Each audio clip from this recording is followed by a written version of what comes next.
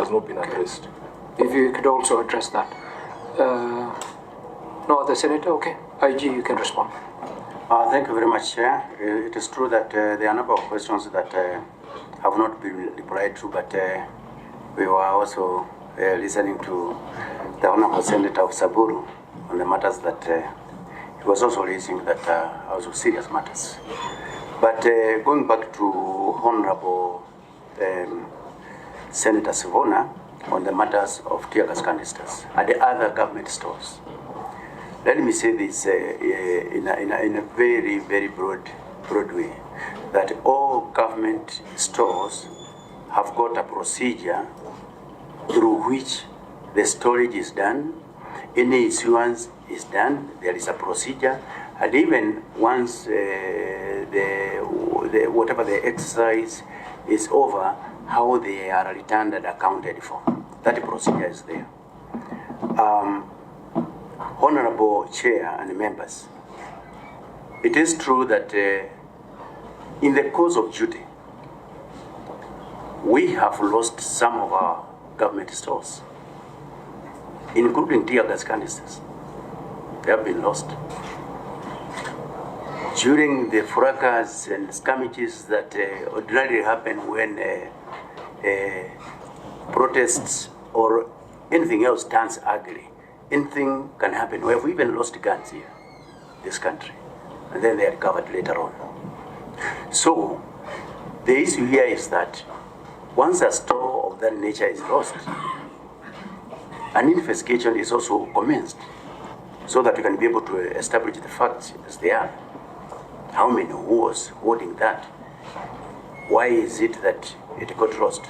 Honorable Chair and honorable members, right now I know we have got some arrests of some people who have been found with tear gas canisters and other stores. Those investigations are ongoing so that we can be able to establish exactly where they have gotten. But I want to assure this committee, I want to assure the entire parliament that we do take care of our stores. We do follow the procedures that are established in terms of taking care of government stores. And any loss that can occur at any given time is investigated to the logical conclusion. And if there is anyone who is found to have been responsible for the loss, then it's dealt with as guided by the law. That is the correct position as to the government stores, including the tear gas stores and many other stores. So, IG, just clarify for me, and I hope I'm not taking too much time, Chair. There was an incident in Kakamega where I was. Is there investigation goes off? In most cases, these stores is mutated such that even getting any kind of information from it is always.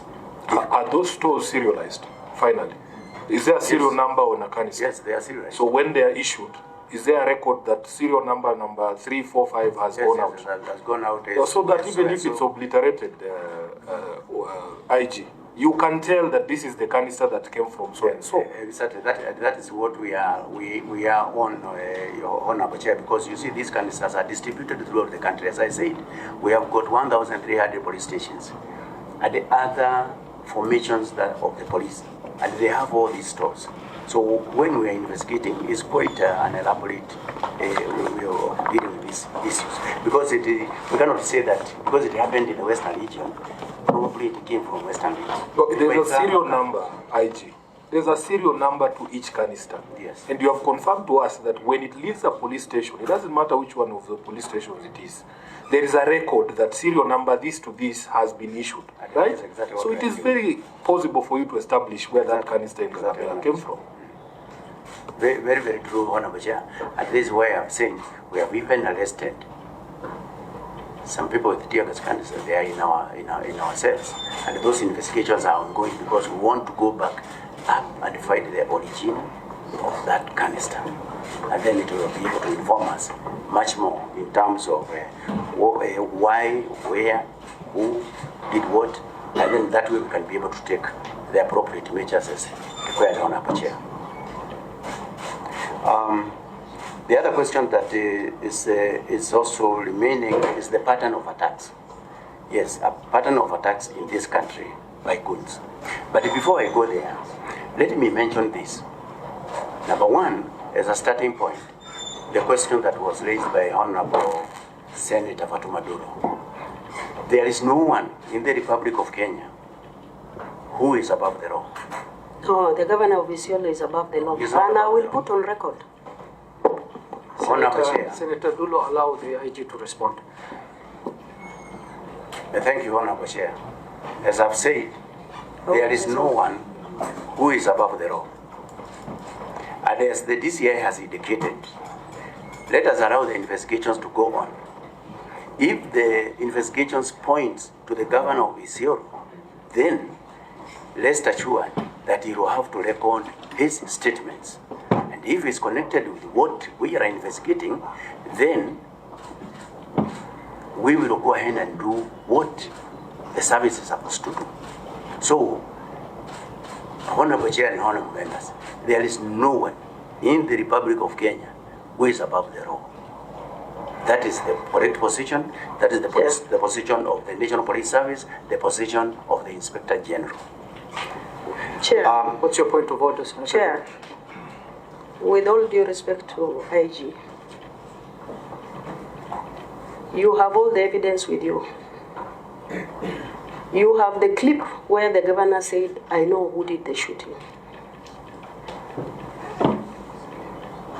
Is there a link between what he has said and the current investigation going on? With all due respect. Secondly, Chair, there is something they have raised as far as the suspects are concerned. Now, the two suspects, one of them is my stepbrother, the other one is not. And they are being used by the governor, paid, I want to go on record, paid politically to fight me on the ground. And we are not even in talking terms. He's my stepbrother. So, Chair, I want to close this. There is a statement, there is a question I raised to the IG. What measures are you going to put in place to make sure that similar situation does not happen to me in Isiolo, which I'm not seeing even from this current investigation? So, Chair, I don't want to be prophet of doom, but let me tell you, even from the concerns I raised on my earlier complaint, DCI has not commented, IG has not commented, which clearly I'm being intimidated, victimized, harassed. I have no right actually to move around even in Isiolo County. I make complaint, and I'm a citizen of this country. When my life is in danger, as an elected leader of Isiolo County, how do I protect my people? And that is the question Isiolo people are asking. If Fatuma Dulo, chair of security, elected senator, is attacked and no action is being taken, she's in the nanny. And that is the question I'm actually putting to this committee. Chair, you have to guide us on time because we have two other agendas. Yes, we have. But I just wanted to put it on record, the IG, that you can understand Senator Fatuma Dulo's skepticism. You know, I am a member of another committee where you appeared, the Public Accounts Committee.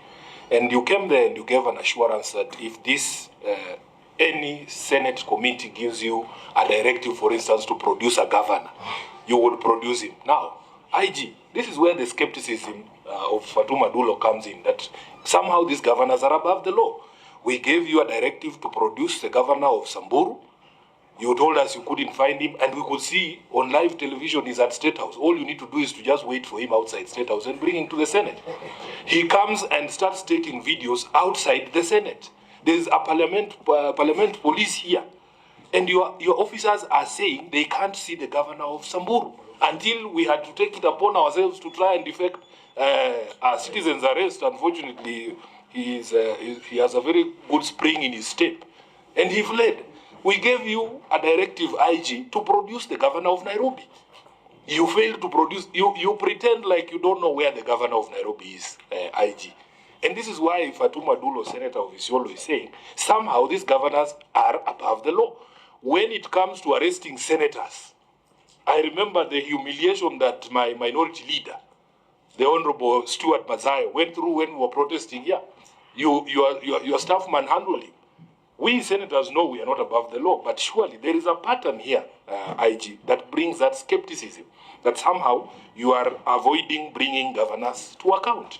And that is a fear you have to address, and I've given you specific examples. Thank you, Senator.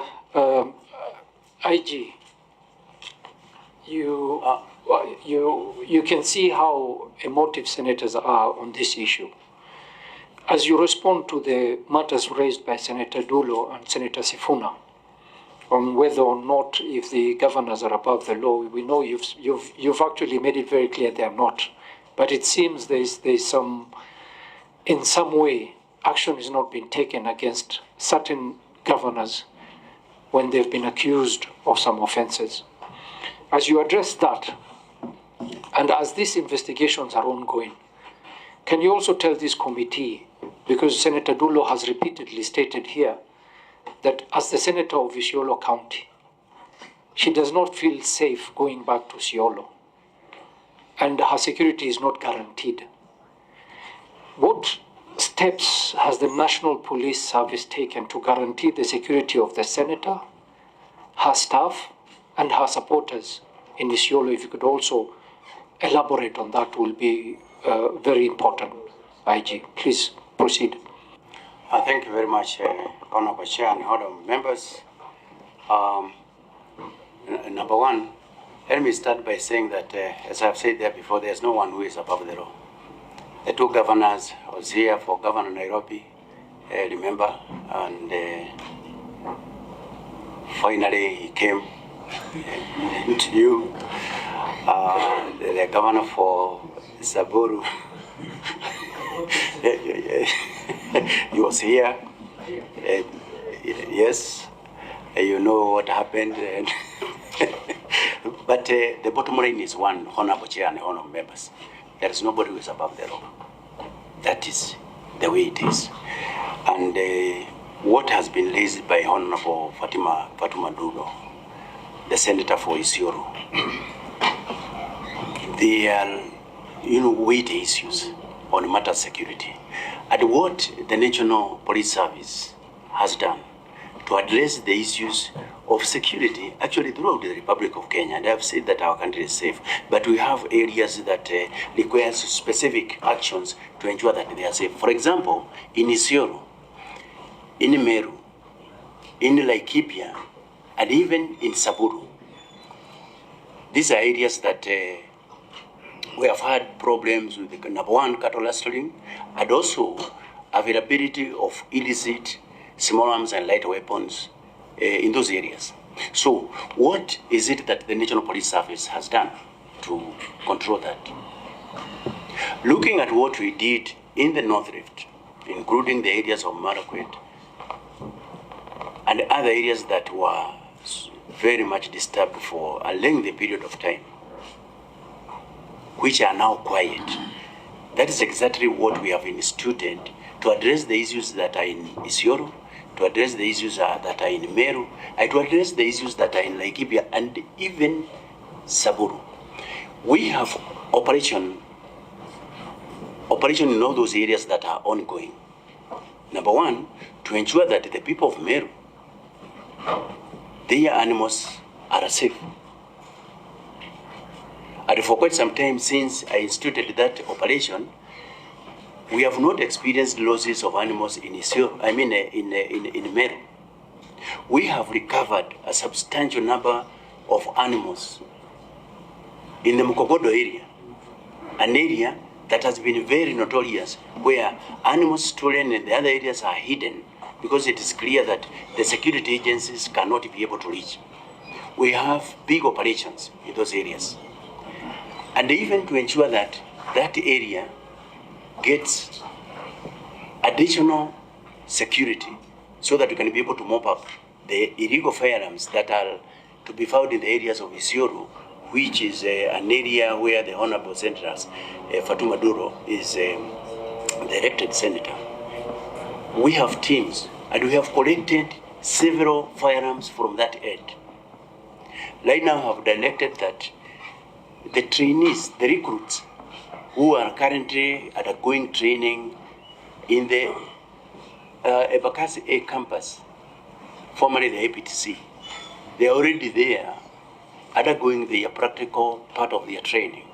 That is actually in furtherance of ensuring that the current operation is enhanced by ensuring that, number one, all the illegal guns that are in that end, we have got adequate numbers to get them. And number two, ensure that there is no more cattle raids in that area. This also applies to Isiolo. Honorable Chair and honorable members, I was involved in a very big operation that was in Marsabit sometimes back when I was a commandant in GSU. There was a time Marsabit was quite difficult, and I know even the Honorable Senator Marsabit is here, he can confirm that. There was a time it was very difficult. We went there, it is quiet. I want to assure the Honorable Senator for Isiolo that even in Isiolo is going to be quiet like how we have made the other areas quiet. So the National Police Service takes it very, very serious. And it also takes it as one of its primary responsibility to see to it that even Isiolo, the Honorable Senator of Isiolo, can go and visit each and every corner of that county without any fear, without even looking over her shoulder, because she feels that she is unsafe. I want to assure her that everything is okay and we are in control.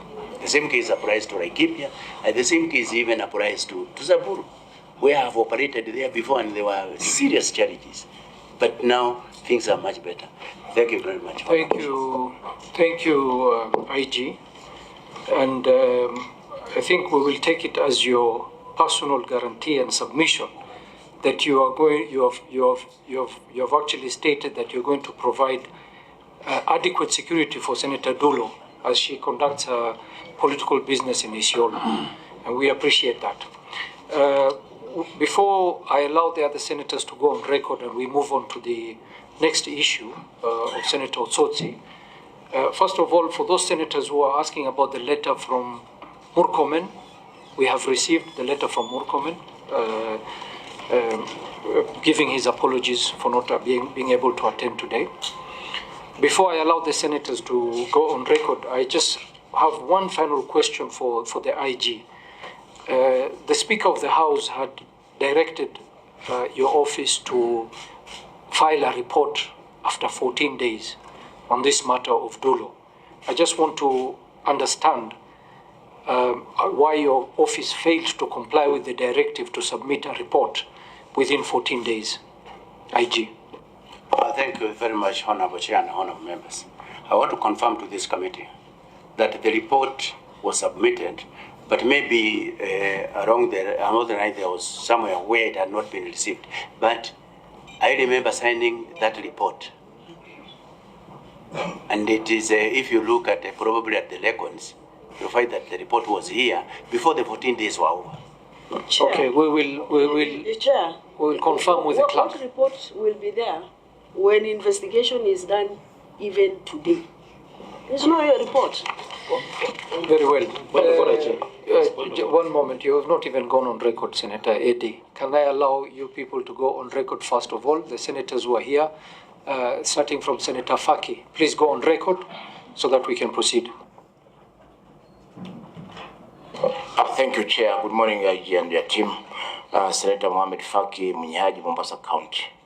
I'm a friend of this committee. Thank you. Good morning, Chair, our guest today. My name is Mohamed Chute, Senator Marsabit, and a friend of this committee. Thank you, Chair. Yes, my name is Senator Kongo Mogeni. I'm a member of this committee. Thank you, Chair. My name is Senator Eddie Okech, Senator from Migori County, and a friend to this committee. Chair, if you may allow me. Just a moment, Senator Eddy. I didn't want to water down the issue of Osotsi because I think it's a very serious issue. We are moving on now. We are moving to the issue. That's the next issue we're handling. And that's what I'm saying. Can I start on that issue now so that you can contribute to it? No, I'm just saying that I've had an issue to raise on this issue of governance and Senator Stassel before the Osotsi issue, because I think that issues of governance, the insecurity that senators are facing with governance on the ground, just because I just wanted the response from IG on this. So you have a question? Yes. On that? Yes. Because I think if I mix it with the issue of Osotsi, it's gonna water down the Osotsi issue. I think Osotsi issue should be handled just as is. Ask your question. So IG, my question is, I need to understand, because you are charged with the ensuring security in our country. How does information flow from you, or from the ground to you, where there is serious cases of political violence by governors? Because there are a number of cases that have happened at least in my county, that I haven't seen any action to hold stakeholders accountable from your desk.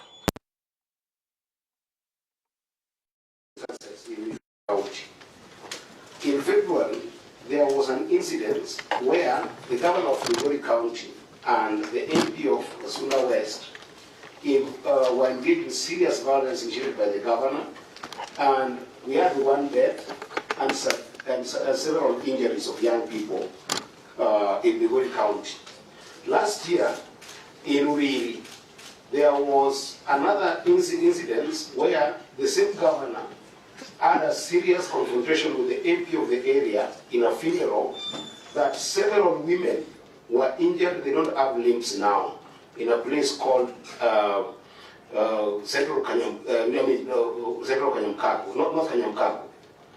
And lastly, when I left with the Committee of Finance and Budget to go to Migori also last year to at work, there was a serious confrontation by the same governor on the Finance and Budget Committee, members of the Senate, with goons that deterred the senators from going to Senator Eddy, you're do supposed their to ask oversight. a question. So my question is, Just how does information reach your desk when there is these serious cases of violence by governors on elected leaders?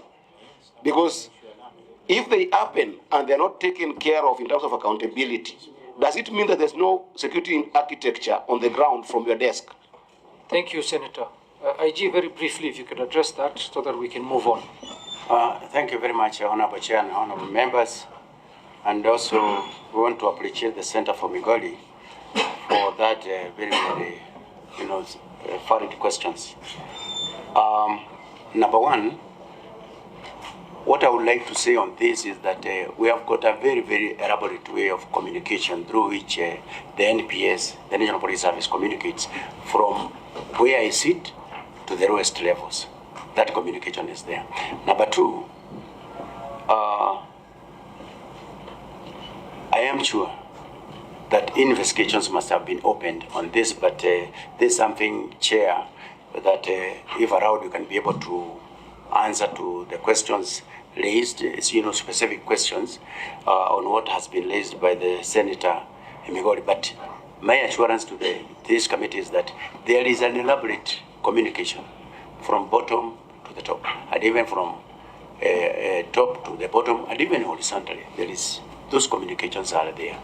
That is what determines when to add in the numbers, where, what is required, why do we need a formation, formed up unit, or all those kind of, so to ensure that everything is okay.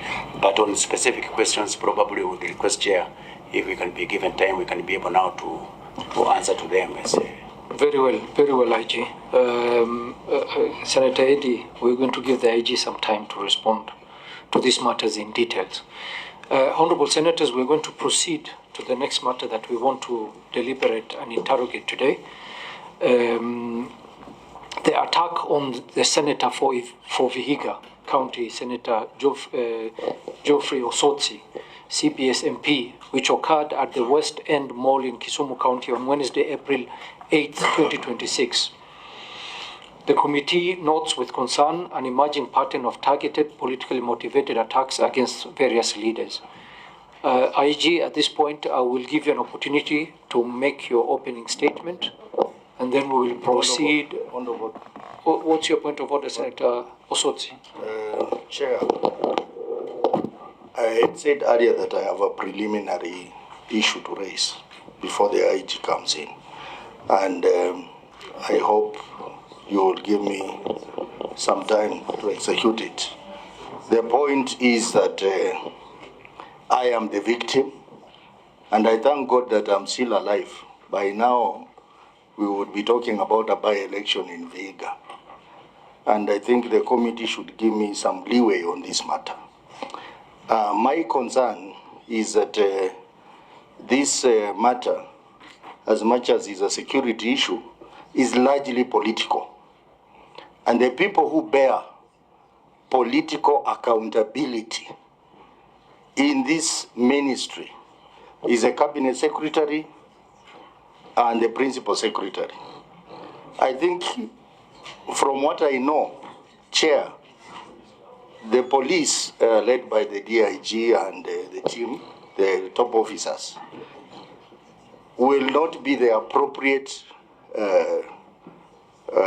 officers to respond to this matter. And as you know that the cabinet secretary is not here, this is the second time he's missing this meeting. The principal secretary is not here. I would request the committee, if they really want to help me as a senator and the victim, the cabinet secretary should be available, and the principal secretary, because you know the cabinet secretary has given a statement. First of all, I have a problem with that statement. This statement was given in the National Assembly by the principal secretary, Dr. Raymond Omolo, and it was rejected. Just word by word, it has been brought to us, and this time signed by the cabinet secretary. And also, the cabinet secretary has been making inconsistent statement on my matter.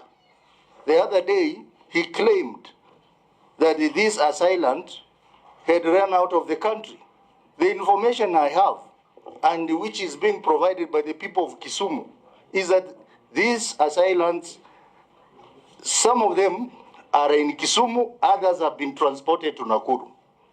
And in fact, if you want to know the level of impunity over this matter, some of these assailants were in court. When the 3 colleagues were brought in court, they were among the audience in the court. And they were not being arrested. And the police in Kisumu know these people. The public in Kisumu know these people. So the matter here is that I would like the cabinet secretary and the principal secretary to come here so that I can face them head on. And I want to say, we cannot proceed with this matter. Even investigation cannot proceed when the principal suspect has not recorded a statement. And the principal suspect here is the PS for Interior, one Dr. Raymond Omolo. And Senator Ujenda, who just left, wanted to absolve himself. Some of the people who attacked me are also working for Senator Ujenda, and at the same time working for Raymond Omolo. Chair, it will be very sad to subject these senior officers of the police to respond to some of these issues when the real suspects, led by their own boss, are not brought before us. I would like Raymond Omolo to be brought here. I would like Cabinet Secretary for Interior, who is protecting Raymond Omolo, to be brought here. That is the only way I'll get satisfaction. Mr. Chair, it is very unfair that even the ring leader of this group, one boy Akoth, is still at large in Kisumu and even organizing meetings for the Cabinet Secretary Raymond Omolo to attend last Saturday. The PS for Interior, even with this issue, at hand. He still went ahead and met the youth, the border. And some of the suspects were in that meeting, Chair. So it is unfair. We'll be going in circles until we bring the principal secretary here, until we bring the cabinet secretary here to respond to my questions, because I have information. The police in Kisumu have shared factual information about this incident, which I'm sad I will not be able to ask the DIG those questions, because this DIG guy, he's a very honest man. But now he's being put in a situation where he has to respond to political questions. So it is just unfair for us to continue with this meeting on my matter, and even to a large extent on the matter of Dulo, because they are connected, they are all political matter, without the cabinet secretary here and without the principal secretary here, and the principal secretary for interior. And I want to say here before the public, he has in fact ignored police. If you go to his office, the people you meet in the corridor are goons. In his vehicle, he walks around with goons. In his chopper, he walks around with goons. So this is a goon principal secretary. And something has to be done about this.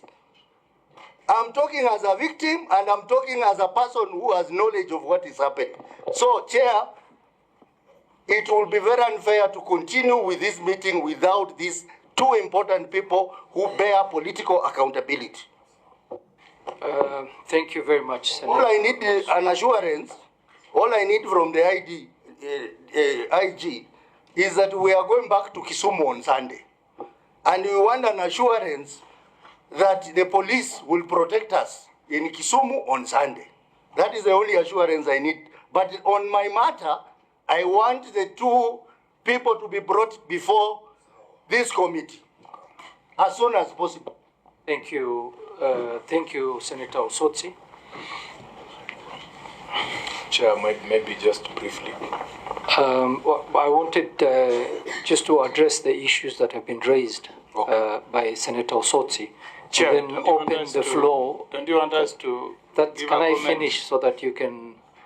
I was going to say I'm going to respond or contribute to what Senator Osotsi has said, and then open the floor to the other senators so that we can deliberate on whether or not we should go ahead with this matter, so that we can hear every senator what their sentiments are. Just to inform. Oh, sorry. Can we allow Senator Minority Leader to go on record? Thank you, Chair. My name is retired Justice Stuart Mazayo. I'm the Minority Leader in the Senate and a friend of the committee.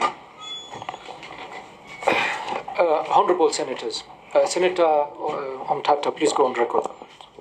Honorable Chair and honorable members, and our distinguished officers from police. My name is Okio Mtatu Koiti. I'm a senator from Busia and a friend of the committee. Thank you. Thank you, Senator Omtata. Honorable Senators, we have had Senator Osotsi, and I had allowed him to ventilate as much as he did because this matter touches on him. And we have to deliberate on whether or not we should proceed with this hearing or adjourn and wait to have the CS and the PS present so that we can address the matter. So I will allow senators who have something to say as a matter of deliberation so that we can guide each other on whether or what steps we should take going forward. Who wants to start? Sifuna. Chair, I think once that request has come from Senator Osotsi, being the person who was attacked in Kisumu, I think as a committee, we must indulge in. And with very great respect to the officers here, IG Kanja, we reiterate the sort of respect that we have for you. But you can see that this is a matter that is a bit, political. and we wouldn't want to subject you to some of these conversations. For me, Chair, I think you can adjourn that matter for us to be able to have that conversation when the CS and the PS is here. Senator Mogeni? Yes, Chair. We don't want to be seen like we are demeaning the authority and the powers of the IG and the officers accompanying him. But, you know, under our constitution, policy issues can only be dealt by the CS Interior. Some of the interventions we may need to recommend as this committee may be policy related. And I want this committee to understand, you know, following up from what Senator Dulo was saying. I remember there is a former member of parliament, I think it's called Sami Leshore, who was shot dead, is on crutches. Short injured is on crutches, sorry. We have the Mugabe Were, who was shot dead after the 2007 elections. I think we lost Honorable Mushai, shot dead, I think, along Kenyatta Avenue, if I'm not wrong. Just the other day, we had Omondo Were shot dead. All those are former members of parliament, shot when they were serving. I don't know what matter is more serious for CS Murkomen, who is a former colleague, than a threat to the life of a serving senator. So we want him to take this matter seriously, because, gentlemen, you're also going soon to be citizens of this country. Or long after you are gone, long after you have left this world, you leave your children in this world. So we want peace and security. Hello? We want this country to be peaceful, to be secure for all of us. You, us, our children, and all Kenyans. So a matter involving an attack on an armed senator is a serious matter. If the CS cannot come here to address such a matter, then Chair, he is unfit to hold that office. So I agree fully with Senator Ososi that we adjourn this matter. It's better to take a report to the House and tell the House that CS Murkomen does not think a threat to the life of a senator or other Kenyan is not a serious matter. Let it be on record. But we cannot just allow him to take this committee for granted, Chair. So I fully support Senator Ososi that we adjourn this matter, give him a date when he must appear before us. If he doesn't appear before us, we deal with him on the floor of the House. He has been in the Senate. He's our former colleague. He knows it. So in short, I support that we adjourn. Any other senator? Senator Chute? Thank you very much, Honorable Chair. Honorable Chair, the reason why I'm here today is there is a statement before this committee that I read on the 3rd of October 2023, and then the latest one 2 weeks ago. This is in regards to border dispute and also conflict between the county of Wajir and county of Marsabit. There is something very serious going on there. But let me now talk about the issues raised by Senator Sotsi. In fact, when I heard Dulo talking about security situation, I am really saddened that no action has been taken up to today. And Honorable Chair, I want to agree with Senator Osotsi that the CS should come here before this committee and answer the question of Senator Dulo and Senator Osotsi. This is a very, very serious matter. And when a whole senator from Isiolo is complaining about her own security, and the CS is not here today to answer those questions, I think we have a problem. And I will definitely ask you, Chair, to adjourn this meeting, and we have the CS come before the committee. But please don't even forget my issues. I want to raise my issues because we have the IG here today. If he can answer those questions. Thank you very much, Chair. Chair, I'm not shy to say that I'm a broad-baser. I've been broad-based, but there are matters that when they affect our country, they are very serious issues. And I'm saying this because I wanted to put a voice into this. I'm seeing this into two perspectives.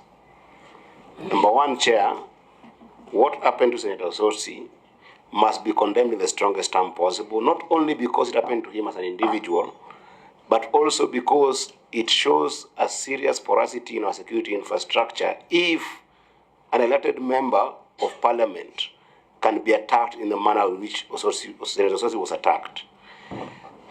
Chair, to the request that he has placed based on that attack, constitutionally, it's a matter of accountability. Who do we hold accountable and who takes responsibility for this? The Constitution calls us in two ways. Number one, which you can choose, Chair, to sit with, is Article 245 of the Constitution. Our Constitution did look at the possibility of establishing independent institutions, which under Article 245 of the Constitution, the police is independent, and therefore you can treat it as such as a matter of security.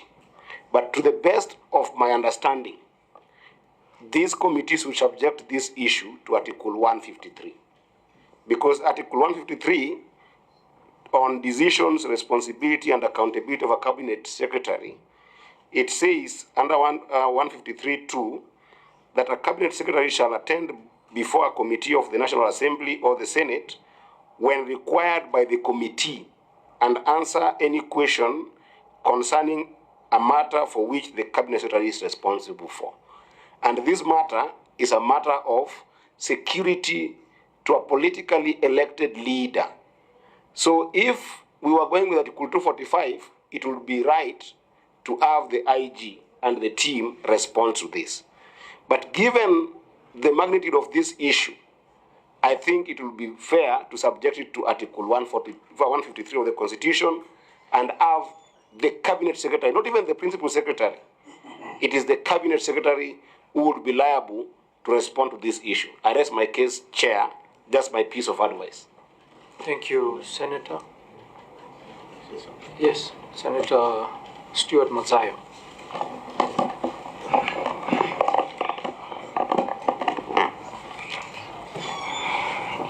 Asante mwenyekiti. Kwanza nataka kuungana na maseneta wenzangu ambao wameweza kueleza kiwazi ni kwa nini pengine hatumhitaji mkuu wa polisi na mwenzake pale mpaka waziri wa usalama mwenyewe awe hapa. Bwana mwenyekiti, kumekuwa na mshtuko sana ndani ya bunge, na sababu iliyoletwa hapo ni kwa sababu imekuwa kama mtindo sasa.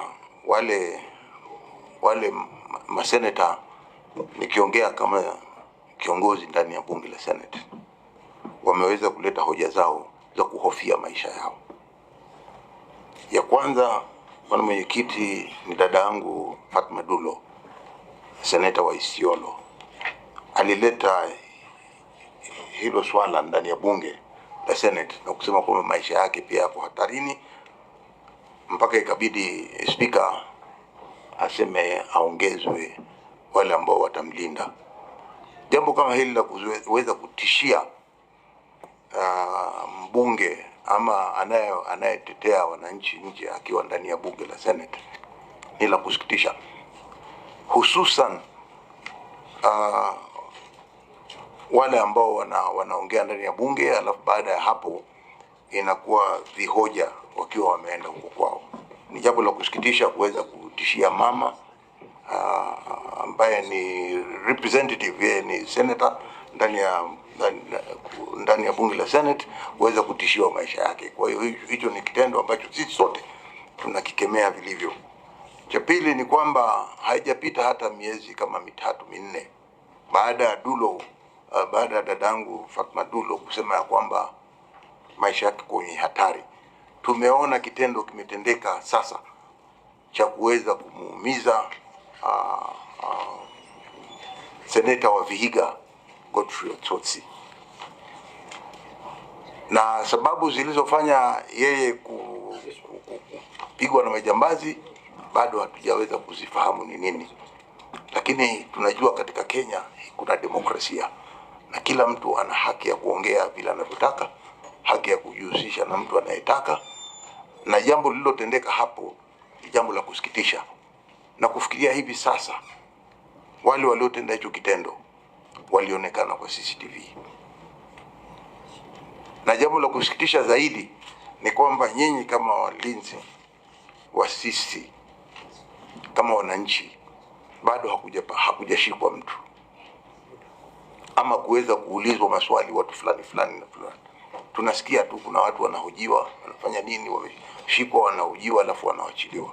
Ni jambo la kusikitisha ikiwa kiongozi ambaye amechaguliwa na watu kutoka Vihiga Godfrey Otsotsi na dadangu Fatma Dulo wataweza kupoteza maisha yao. Sisi tutawashika nyinyi na yule katibu wa kudumu kwamba hao ndio wako responsible na jambo lolote litakalotendeka katika kuhusikana na maisha yao na utendakazi wao ndani ya bunge la Senate. Kwa hiyo mimi nataka kusema kwamba nataka mjadala kama huu uweze kuahirishwa mpaka wale mabwana wafike hapa mbele ya hii kamati. Asante. Asante Senator Mazayo. Honorable Senators, I think the majority view is that we adjourn the matter of Senator Otsotsi and address the matter once we have the Cabinet Secretary and the Permanent Secretary appearing before the committee. Regardless of the fact that the office of the Inspector General of Police is an independent institution and can appear before any committee established by Parliament.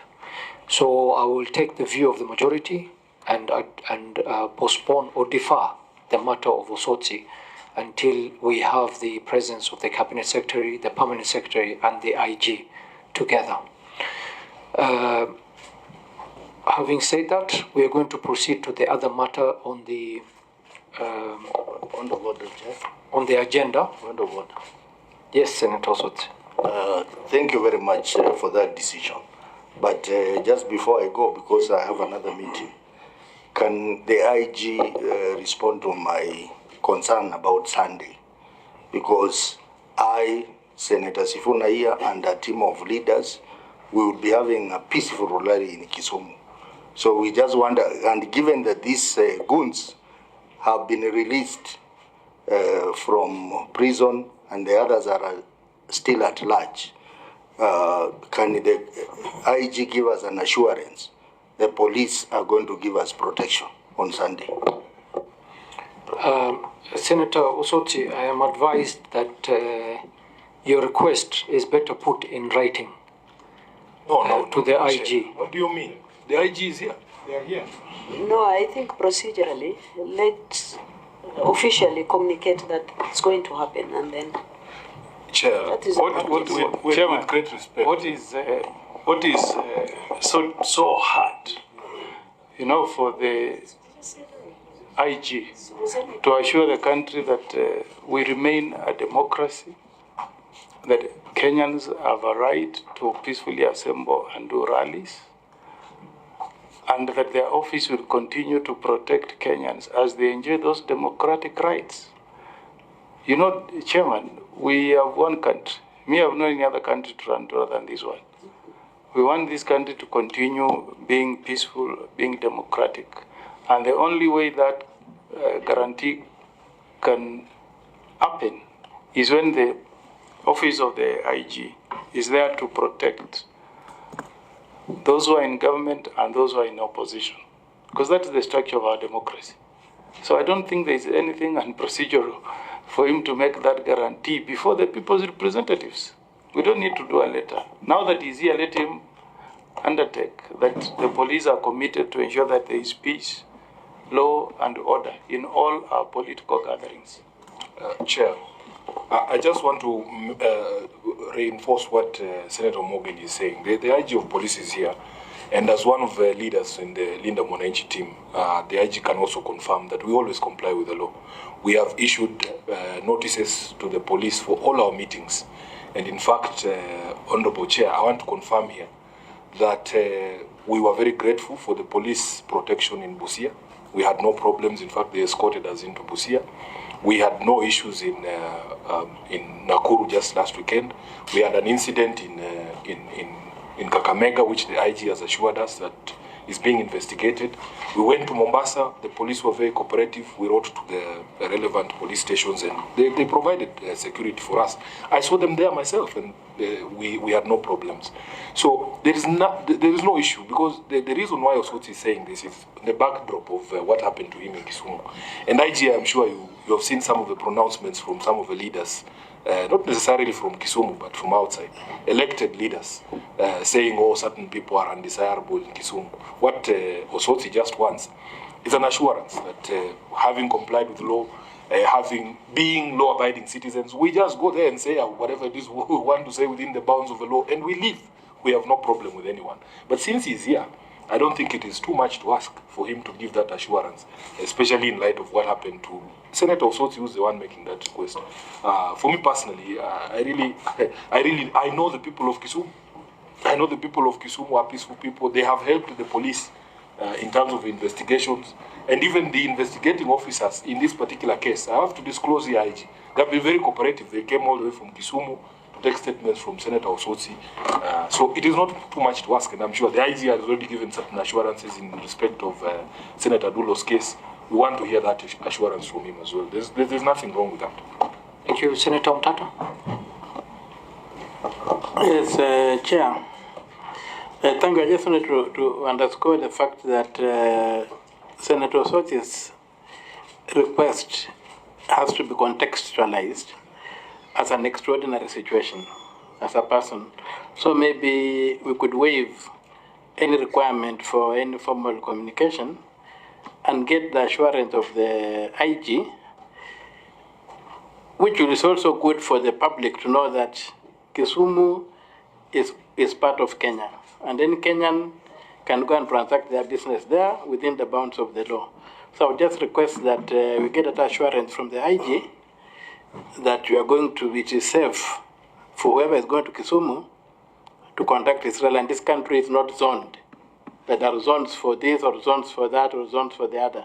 So that when the Linda Mwananchi group goes to Kisumu, we are sure that the Kisumu is secure, and even to be like it will also be a deterrent when people might be having some funny ideas, that the IG himself has focused, the entire police force has focused its attention to this place, so that it may deter anybody who might have some ulterior motives to come and maybe cause confusion. So that's why I would support that maybe you just can, if there's a requirement for writing, you could just suspend it for today and just attend to this issue that is coming up right now, so that you can be assured with that. And also, as I finish, while I'm on it, I've got a major problem in Busia, which also is like not touching an individual, but it's touching public assets. We have got public assets whereby the National Irrigation Board. No, I just want to raise it. We will come back to that, because we have to. I'm running for another meeting. Just want to. If you could just allow us to finish with the issue of the assurances for the meeting in Kisumu, and then we start tackling the other issues. Senator Dulo.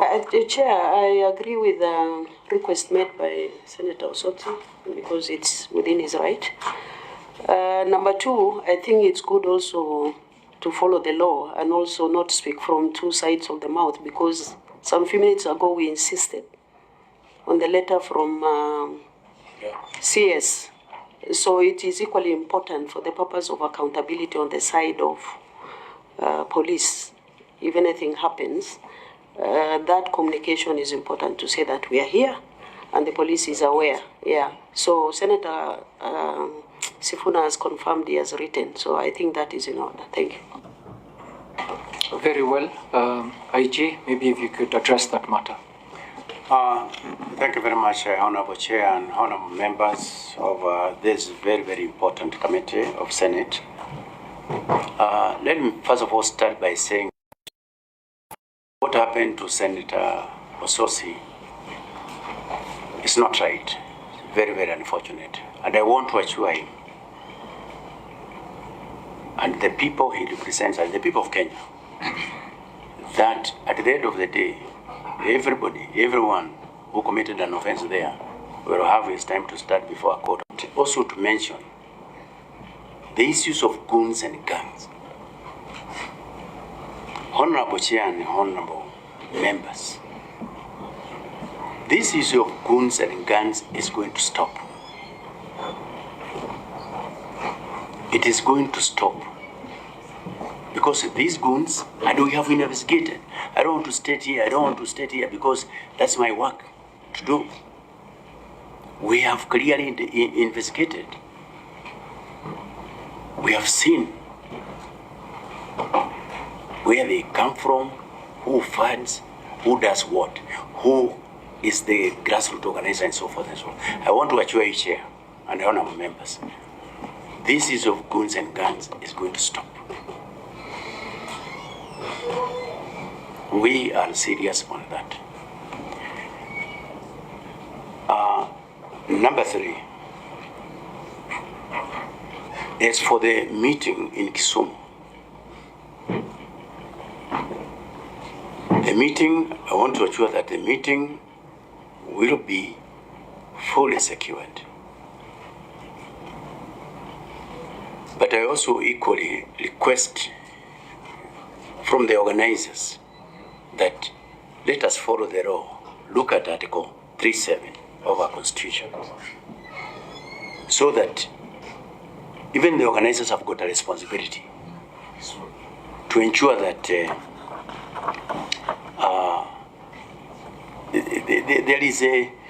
there is also peace in that. So we work together and everything will be okay. But from where I sit, I want to assure you that your meeting will be safe and secure. Those who want to attend, they are free to attend. That is the position of the National Police Service, and that is our responsibility. Thank you, Honour IG. Thank you very much for that assurance. Honourable Senators, let's now proceed to tackle other matters, and I'm sure most of you Senators have issues that you want to raise before the IG. Let us tackle the issue of the gazettement of the Capitol Hill Police Station. I think this matter was raised by the Senator of Nairobi. IG, the committee has taken cognizance of the reported gazettement of the Capitol Hill Police Station and the proposed development in the area. In this regard, the committee requests that you furnish them with any information that you may have as a statement to kick off this meeting. So I will allow you, IG, to make your statement, and then we'll interrogate the matter.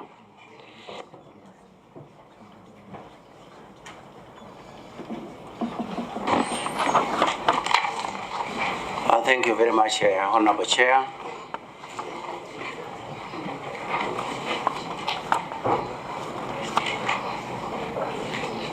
Proceed, IG. Thank you very much, Honorable Chair and honorable members.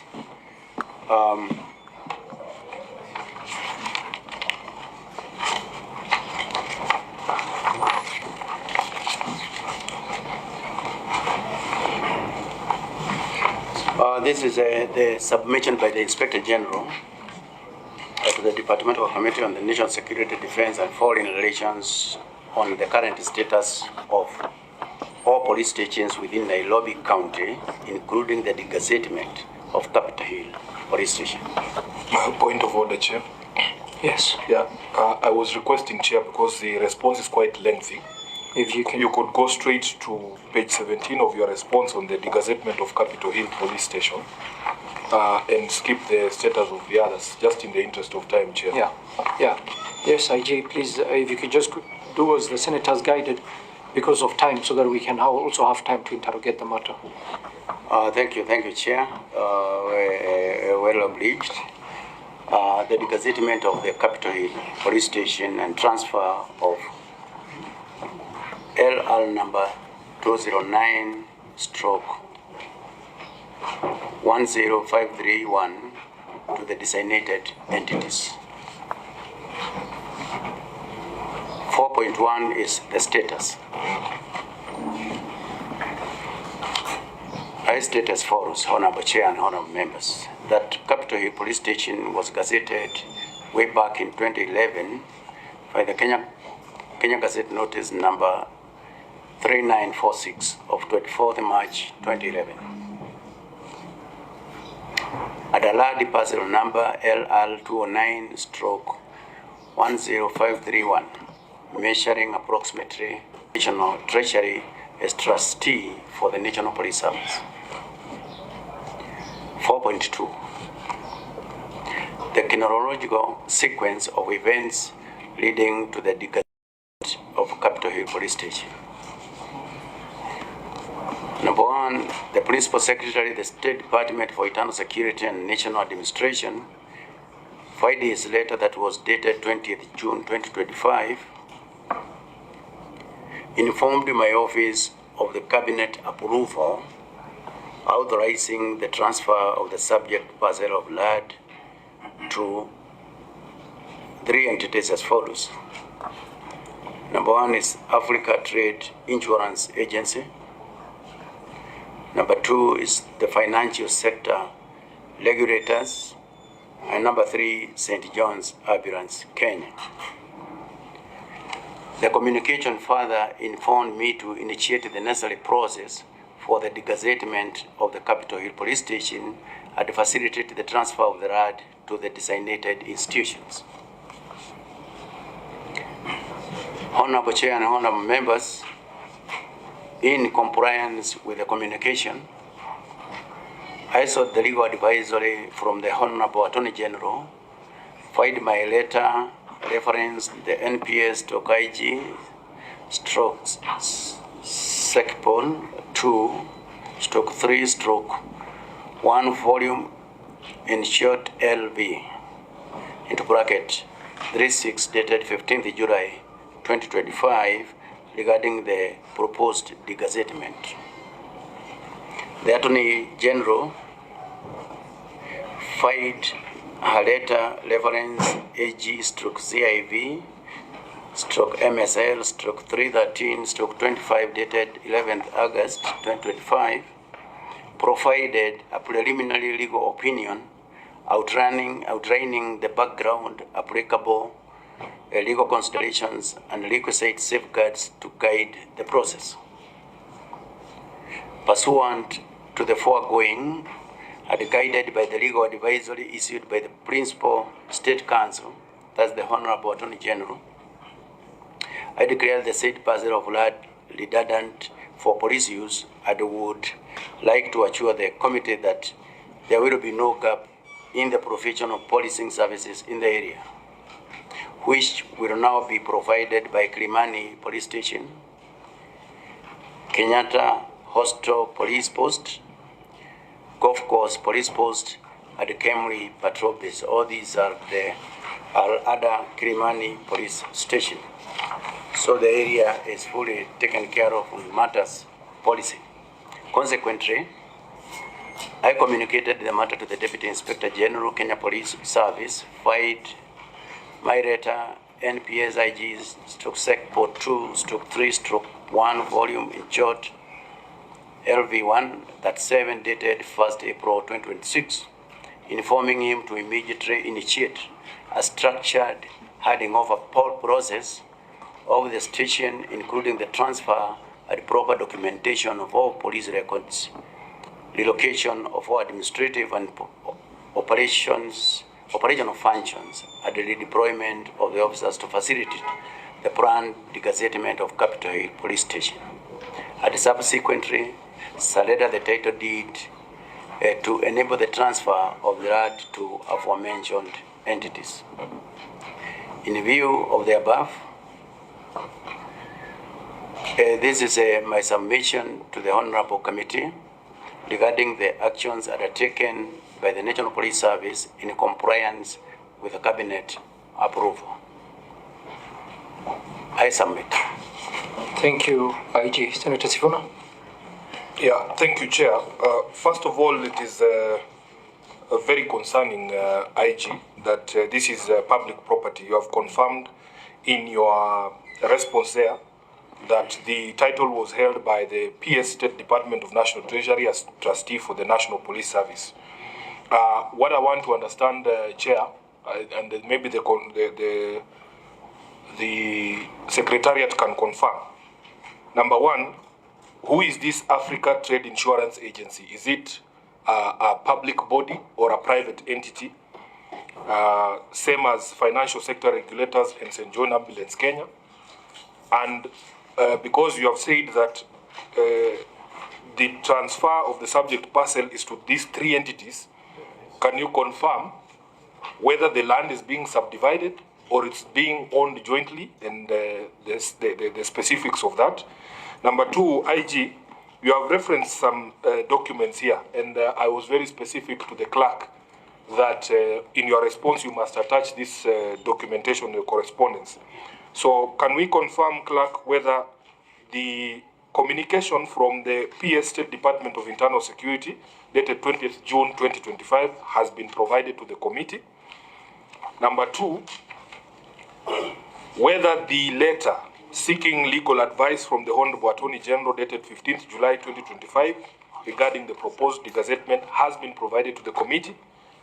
And thirdly, Honorable Speaker, and this is the greatest concern, the legal opinion itself from the AG, and the problem we have, IG, is that before you declared that said parcel of land redundant for police use, we want confirmation from your office whether there was stakeholder involvement, because this complaint originated from the business people in Upper Hill themselves, who consider that Upper Hill Police Station is extremely crucial to the security situation in the area for the sake of their businesses. So we want to know whether public participation was done, including stakeholder involvement, or you just all you did was to seek clarification or legal opinion from the AG and then proceeded to do that. Those would be my questions for now, Honorable Speaker. Chair.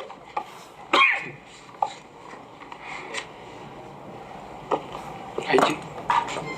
Can we have the IG address the issues raised by Sifuna first? Proceed, IG. And IG, also, if you have any documents to table regarding this matter, this will probably be the right time to table those documents. Thank you very much, Honorable Chair and Honorable Members. The issues raised by the Honorable Senator Sifuna, number one, I have all the letters with me here, so we are going to table them here. Yes, table the documents. We are going to ensure that he gets the letters here. Yeah. Do you have copies of the documents that you want to table?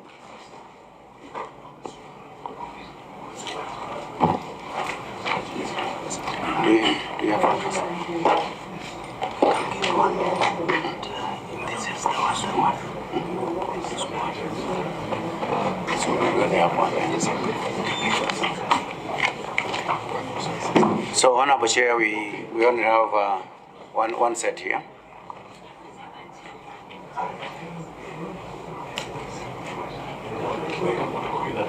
Chairman, we can the documents can be tabled. We get copies so that we can do follow-up questions. Okay.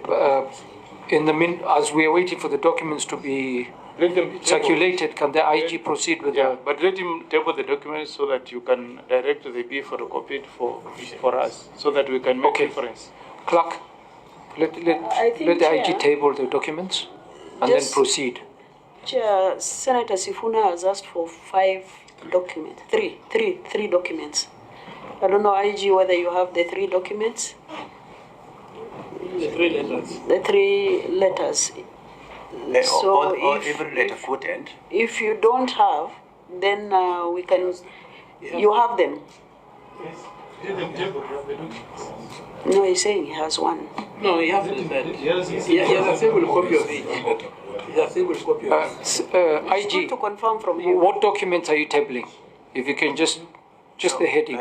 Honorable Chair and honorable members, I'm being advised that what we need, you need to give us some time so that we can be able to supply them in a good order, the way they are appearing in my letter. So I hope if that is around. So you're not tabling any documents? No, you are not tabling any documents? Not now, but I'm going to table later to the clerk. Okay, very well. But I hope you have gotten the letters requested by the senator. So how much time do you need? Yeah, I've gotten. How much time do you need? Cut through. How much time do you need? IG. As I go back to the office, and then Today, tomorrow, the day after? 1 week. Give us a definite. no, give me 7 days. give me 7 days. 7 days. 7 days. 7 days. 7 days. Very well. Proceed to answer the question. Chairman, I wanted your guidance. That is in order. But since he has the letters, he can read them to us. Then we engage and finalize this meeting today.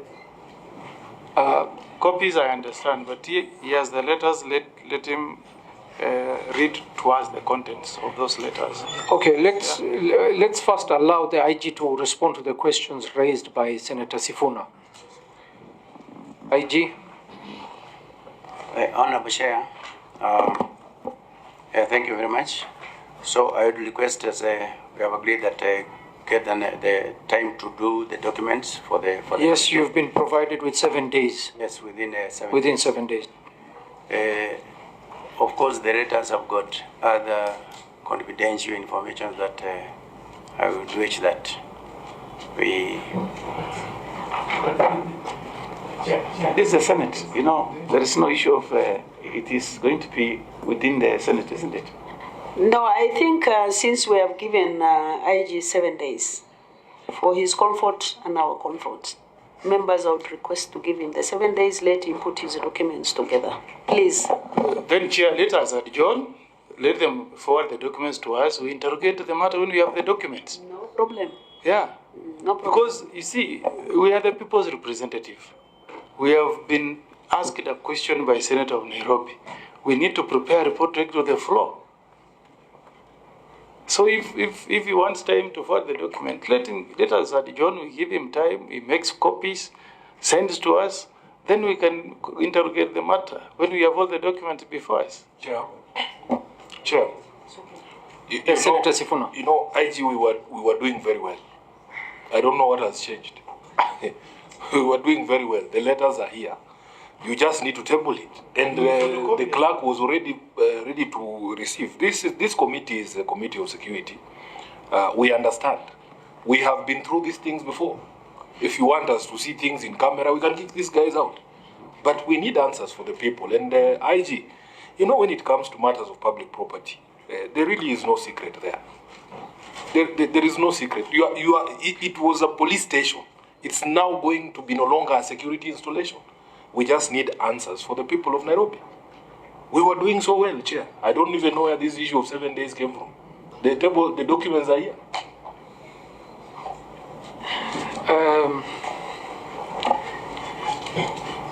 I agree with you. We were doing so well. I don't know what happened along the way. I think Senator Mogeni brought a little bit of confusion.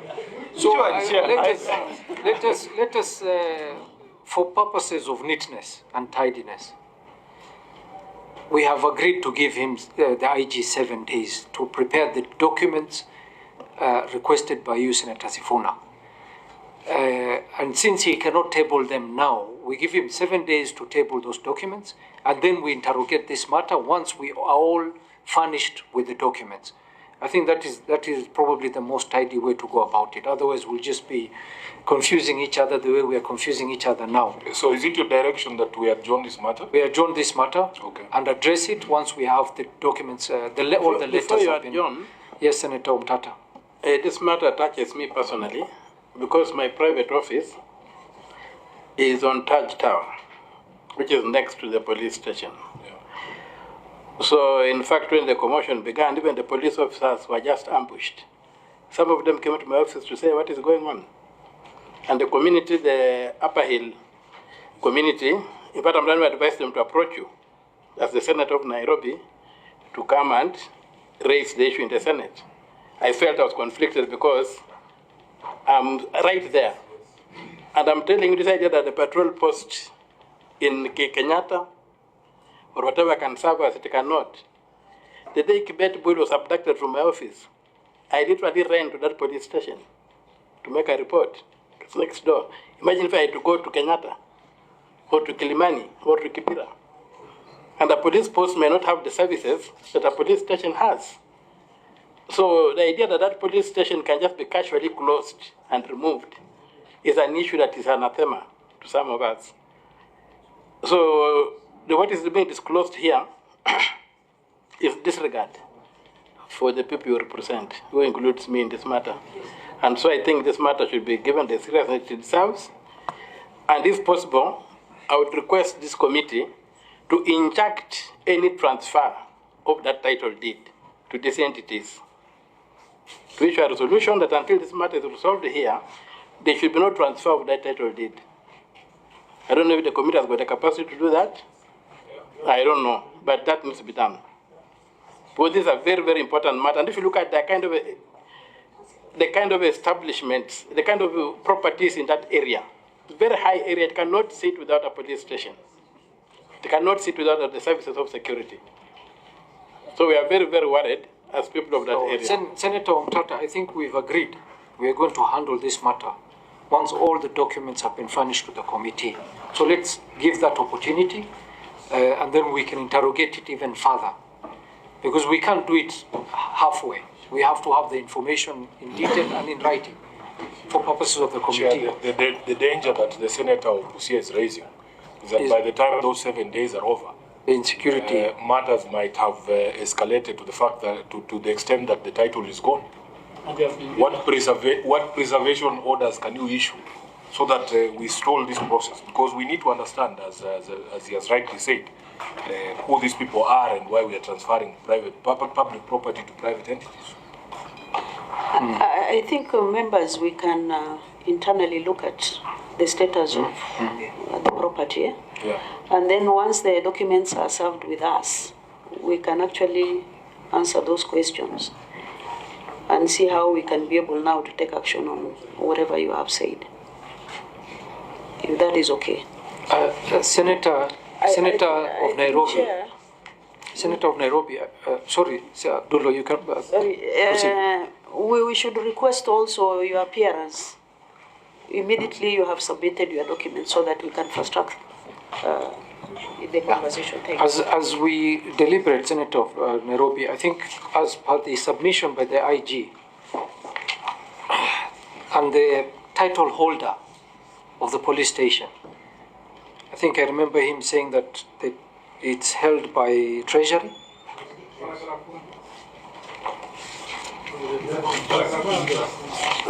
But it's held in trust by Treasury. So should we also request that when we're interrogating this matter, that the PS Treasury also appears, so that he can also answer to some of the questions? The best person, Honorable Chair, because the PS for Treasury was just a trustee for the National Police Service, and the response from the IG is that they were implementing a cabinet resolution. The best person would be the principal cabinet secretary, the PCS, the Honorable Musalia Mudavadi, to be able to advise us how cabinet resolved to. Yes, this is the Principal Secretary, State Department for Internal Security and National Administration, via the letter dated 20th June, informed my office of a cabinet approval authorizing the transfer of subject parcel of land to Africa Trade Insurance Agency. So the best person here to explain the cabinet resolution would be the PCS. PCS. And also the Attorney General provided a legal basis on this matter. will it be prudent also to have the Attorney General explain the legal That's why we rationale behind the transfer? That's why we wanted those documents first, Chair, so that we can know who we need to speak to for what. Very well. I will be giving a ruling on this. There's need to preserve this land. If you have got the power to do it, I would request you do it. Because it will be futile to come here when the land has already been transferred to these entities. I shall be pounding water in a mortar. Very well, Honourable Senators, I've heard you, and we need to proceed because of time. I'll be making a ruling, Chair, on that matter. Maybe we need to invite PCS Okay. and Attorney General to our meeting once the documents are with us. Very well. Yeah. We shall be making a detailed ruling on that. Yeah, Chair, maybe what you Senator do, Mugeni. now that we have had presentation from Amutata, as soon as we release them, we can remain behind for a few minutes and see whether we can do some preliminary report on the issue of preservation of the property for the adoption of the house. Very well. Thank you, Senator Mugeni. Honourable Senators, we're going to go to the last item on the agenda, which is any other business. But before I open up the floor for any other business, I want to inform the committee that we have received a letter from the Honourable Kipchumba Murkomen, Cabinet Secretary, Minister of Interior and National Administration. And he notifies the committee that the scheduled appearance before the Senate National Security, Defence and Foreign Relations Committee coincides with the Cabinet Committee at which my attendance is required. In view of this unavoidable scheduling conflict, I have nominated the Principal Administration Secretary for Internal Security to represent the Ministry of the at the Senate session. The Principal Administrative Secretary will be accompanied by the IG and Director of Criminal Investigation, who are well seized of the matter under consideration. I'll provide the necessary briefs and clarifications to the committee. And he has attached the response to questions before the committee. Senators, we finished. Chair, but according to his apology, he has nominated the Principal Secretary. And I think we have discussed here that we wanted both the CS and the Permanent Secretary. So I think that is, the Secretariat wanted me to read to the committee because we have discussed and deliberated this matter and resolved that we will have both the CS and the PS. But given the circumstances, if we do receive such a letter as a committee, do we abide by it, agree to it, or we still insist that the CS and the PS have to appear with the IG? You know the Constitution knows the CS. It's for this matter. Yeah. Chair, the Constitution in black and white talks of Cabinet Secretary can appear before any committee of the Senate or National Assembly. So I think on this one, we should not belabor. We have made a decision that we need the CS and the PS to appear because of the gravity of the matter at hand. And I'll propose that we stick with that position and require him to appear. If you read the Constitution, it's only the Cabinet Secretary who can initiate some policy changes touching on the functions of police or any other security agency. That's why we need him to appear in person. Very well. Any other business? Chair. Senator Chuti. Sorry to take you back. There is second part of my statement that has not been responded to by IG and DCI. On the man who disappeared from Isiolo for 6 months. He came back and he said, I'm the one who used government security agencies to abduct him. This man is relative of the governor for Isiolo. I have reported, I've written a statement. I'm being told the file is being actually forwarded to DPP. And I hope, because this also links us to the insecurity issue that I'm talking about against me. And I hope it's not a shell file. It's a file with facts and evidences, because the person who claims to have been abducted, he has also background insecurity issues as far as I'm concerned. I'll stop at that. Chair, let me, I mentioned my statement, which the first one was on 3rd October 2023, and the other one is about 2-3 weeks ago. And I don't want to blame the committee, but that statement, Chair, that statement both statement touches on the issues we had. There is an issue between Wajir County and Marsabit County. And if you can remember, I think 2 days ago, the CS, I wanted you to listen if possible. The CS Interior came before National Assembly.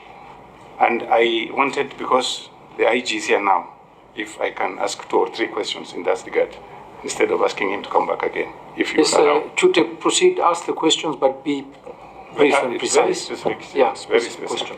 First of all, Chair, when the CS came before the Committee of Security at the National Assembly, that issue, the issue was raised by a Member of Parliament, who is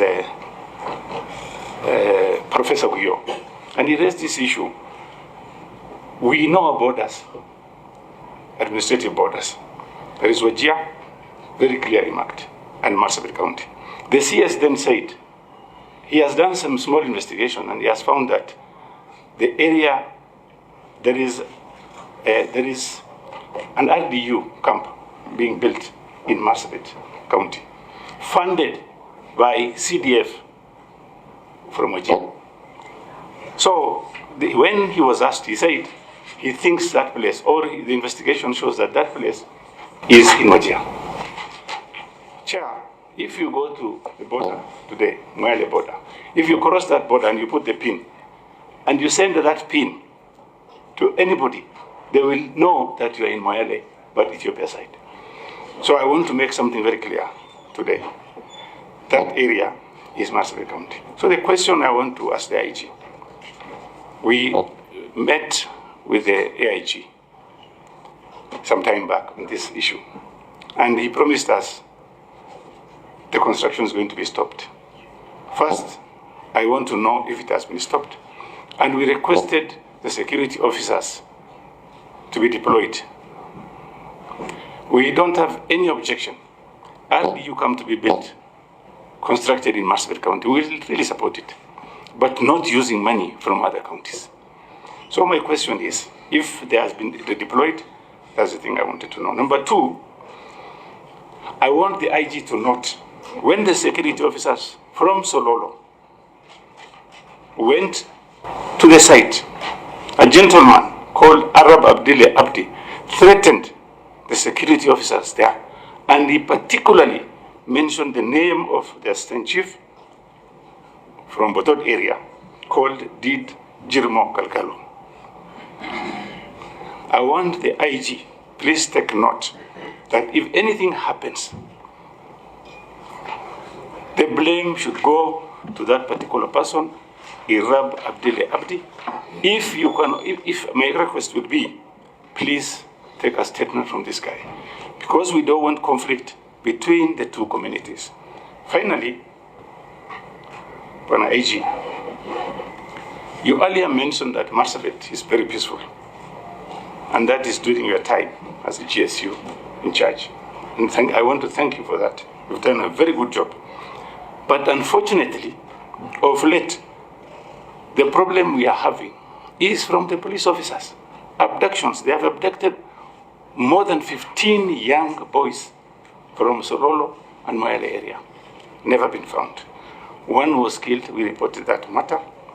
And up to today, nobody has been arrested. So I want you to respond on that one. Thank you, And Senator. one more, please. In fact, two. One IG, we have a market in Merile. We buried a young man yesterday who is a livestock trader. He was brutally killed in Merile. I know you're doing a very good job. Please, I want two things. Number one, a very quick, thorough investigation. Number two, please kindly, we have a GSU personnel there. We have administration police and police and SMS. When there is market day, please deploy enough officers so that our business people, young, energetic people, can easily go and buy and bring their nini. Thank you, Senator. Only one final, please. Chair. The final one is between Panaiji, between Moyale and Isiolo, we have 17 police barriers. And we really support you on the issue of drug. We have problems, infiltration of drug from Ethiopia side. And we will support you with that. But all these barriers are like toll stations. Please, if you can have a highway patrol, instead of having barriers all the way, you can have a highway patrol between, let's say, Isiolo, Merile, Marsabit, Turbi, and Moyale will be easier for you. Because people know, criminals know, the barrier is there, they will avoid it. But innocent people are suffering. So please, if you can tell us how you are going to help us, I really appreciate it. Thank you very much. Thank you, Senator Chute. Senator Mogeni, any other business? Yeah, just very quickly, I want to write on the appearance of the IG. In 2020, residents of a place called Tindereti in Borabu, Nyansiongo, Borabu constituency, Nyamira, donated a title deed, transferred it to the police to facilitate construction of a police station. That was way back in 2020. Through the commandant, I think she was a lady then, who is, I think she's now serving in the headquarters, yes. Could I kindly know what is the status, whether you have done any budgetary allocation to build that police station? Because the community gave you a title deed so that you can deal with issues of insecurity, cattle rustling within that agriculturally productive ward called Nyansiongo. Please. Thank you. These are too many questions. It's be here the whole afternoon. This is for our people, Chairman. Security issues are sensitive. Kindly proceed. Just on a follow-up to the question that has been asked. I don't know that this affects you. These are concerns we get from the people we serve. I think those are the people that the president leads, we serve. Those are the people you want to ensure that they do their business in a comfortable manner. There is complaint, Chair, that the number of roadblocks from Nairobi all the way past Maimayu, Narok, Bomet to Kisii are so many. You know, people plying that route complain. I don't know whether there is a policy, whether you should have one roadblock in a county. There are so many. Somebody was telling me there are over 14. So is there a way, you know, we want to have a country where citizens are happy, you know, where citizens are happy. In Bhutan state now, it is measuring the happiness of the people. You know, if people are doing business, they need to feel happy. And we know you also need to secure a country, ensure that we don't allow terrorists to move freely. But it should be a delicate balance. Is it possible you tell us what you think is ideal number of roadblocks from here to Kisii? Those are, I think, 3 counties, Narok, Bomet, then you get into Nyamira. Please. Thank you, Senator. Senator Omtata. Don't forget about the young man who was getting there is also. I will raise that issue. Yes, I just want to use the opportunity that the police command is here. There's an issue of public property being destroyed in Busia. And when you go to the police, they just flail their hands that It looks like it's, and the property belongs to the National Irrigation Board. That is the big pipes, very big pipes, which are about more than a meter in width. You can stand inside them. This irrigation scheme is being vandalized, and the pipes are being taken to Uganda. And I've vandalized about 5 kilometers of the pipes have gone. You've made reports to the police, you've done whatever, there's inaction being done. And that's, I think, a lot of government property is being destroyed. The only police post there has 2 constables, not even an inspector. They have no capacity, they say they have no capacity to deal with these people who come at night. And these are huge pipes. They even come with welding machines to cut them. They dig them out of the ground, they cut them, but there's no action from the local police. They seem, so we are not able to understand why the police are unable to stop that destruction of government property in that place. If that can be addressed, I'll be very grateful. The other issue is that even a police like Busia Police Station, Land Cruiser, whatever, they don't have. So there was a police, like my own police station in Amkura, when they split the sub-county, Teso South was split into Teso Central, all the equipment were taken to Teso South, where the MP comes from, Mary Mas, and now me where I come from, Teso Central. Our police, if you go to the office of the police, they're just bare, they have nothing there. So even if you have got an emergency, they have no capacity to respond. So I'd pray that if you can, look into those issues. And most urgent is that property. Let us save that investment because it's supposed to do an irrigation scheme in the area. But the pipes are being dug up and they look like very expensive pipes, but are very huge.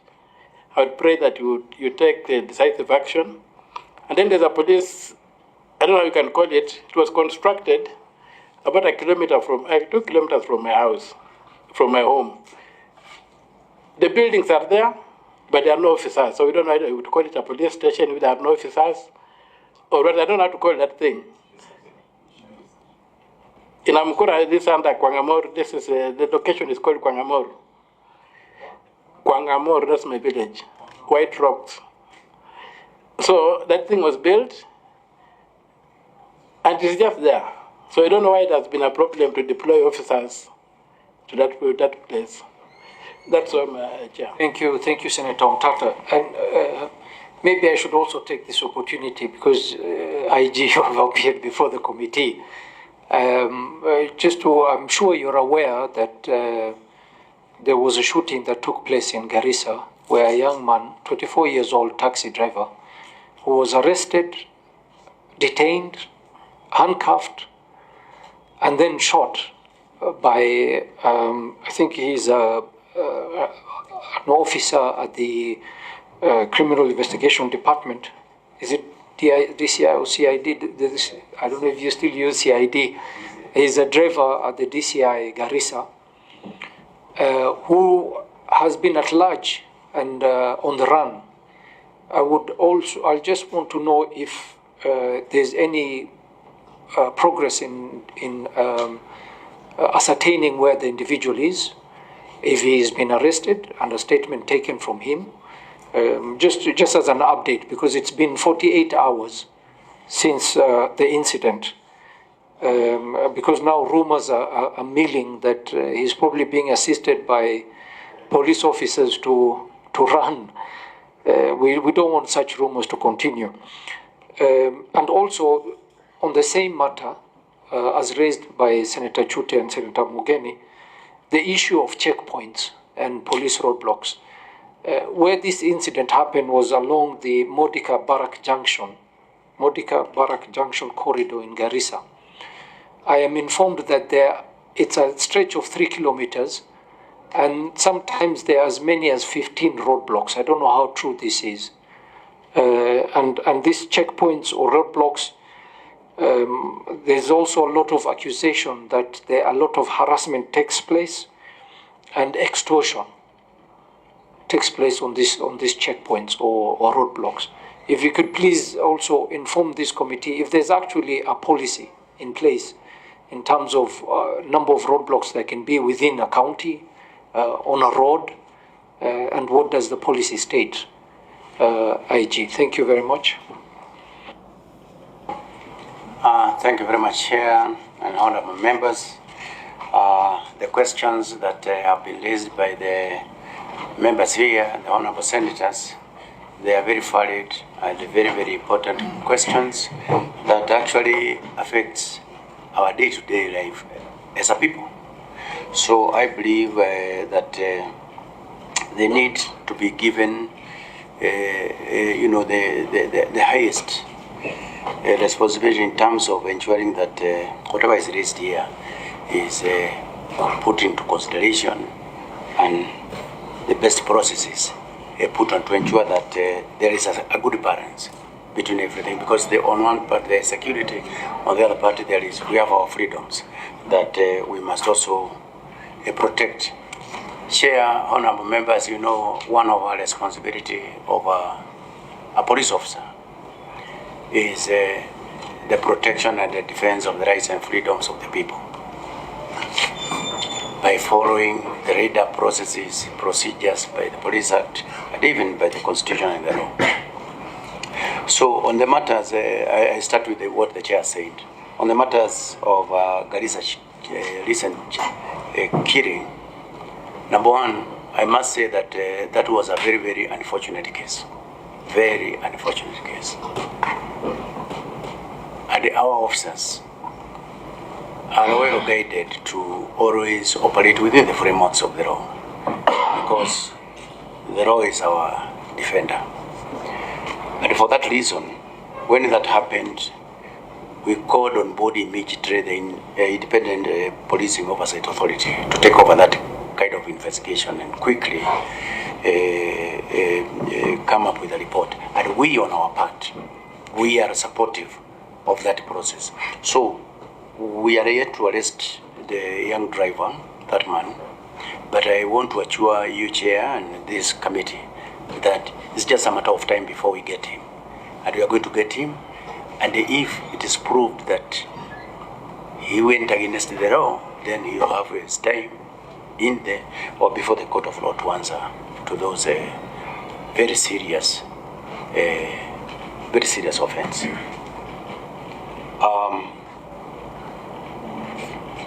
On the matter of checkpoint, because there's an area that have also been raised by several of members.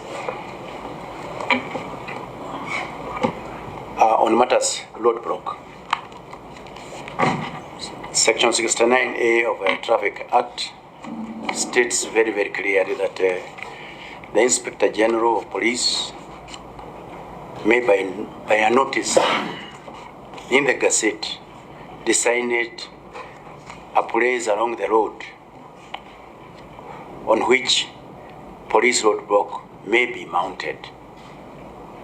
However, having said that, we also have the counties the way they are right now.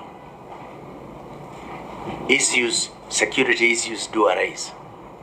So the county commanders can also be able to lay ad hoc, roadblocks or checkpoints, so that they can be able to interdict given, offenses that have been committed or they are about to be committed.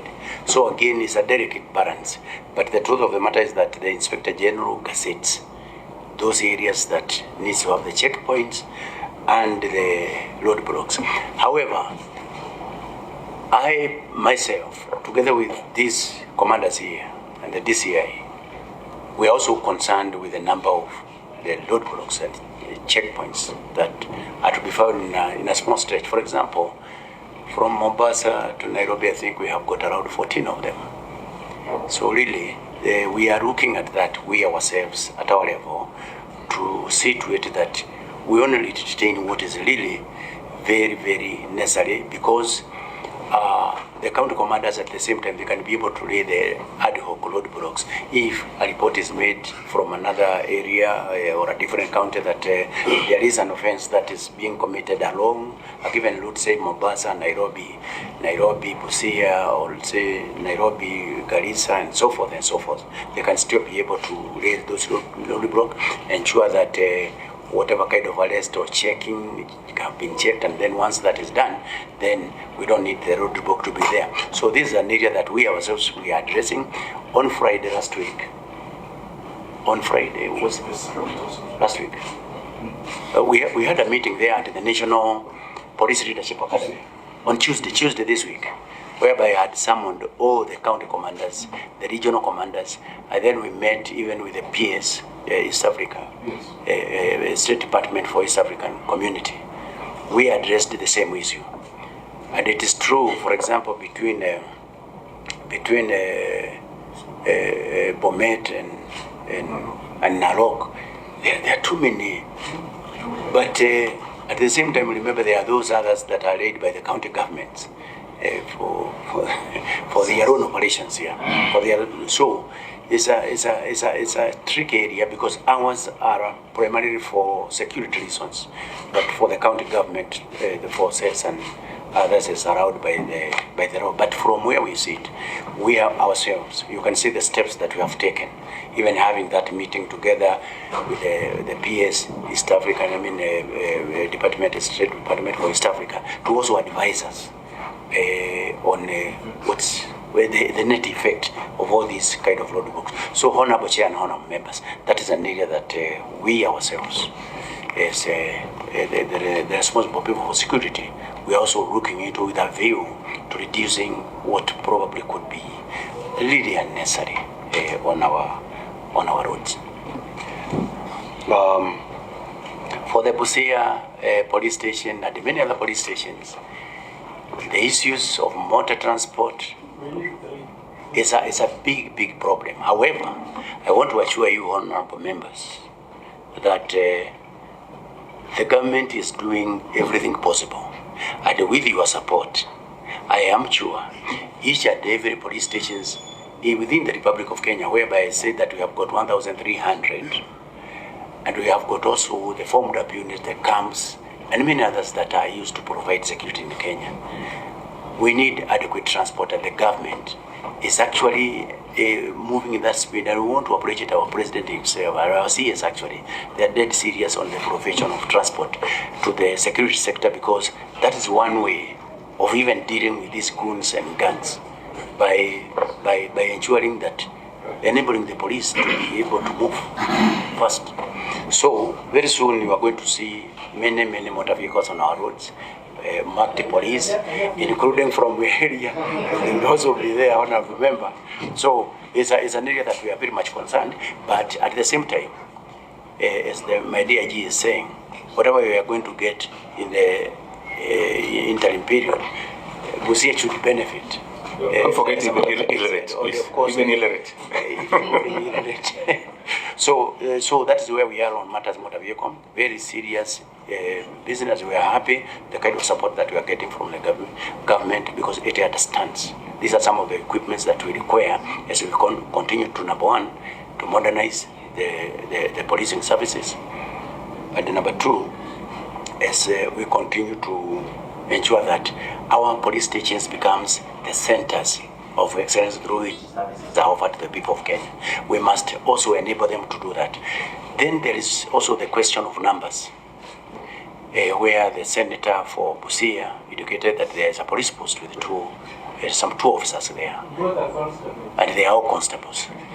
What I want to say on this, number one, honorable chair and honorable members, you are all aware that last year in November, we did recruit 10,000 police officers. Recruit police officers. They are currently undergoing their training. They are in their 22nd week of training. I said here before that we have even sent some in Meru area there. They are doing the practical part of training in those areas. A clear indication that by the end of August, early September, we will be having additional police officers in the service. Meaning now the numbers where we have 2, you will find there are 6 or there are 7. Hence, that is also going to work very well. And I hope even by then, even that police post will also have a motor vehicle, so that even with the new police officers together with the motor vehicles, then they can be able to render their service as required by the law. But at the same time, I must also hasten honorable chair and honorable members to congratulate the men and women in uniform for the works that they do on 247. On 247, 100,000 plus, ensuring that our country remains safe and secure. There is always 1 or 2 going astray, rogue.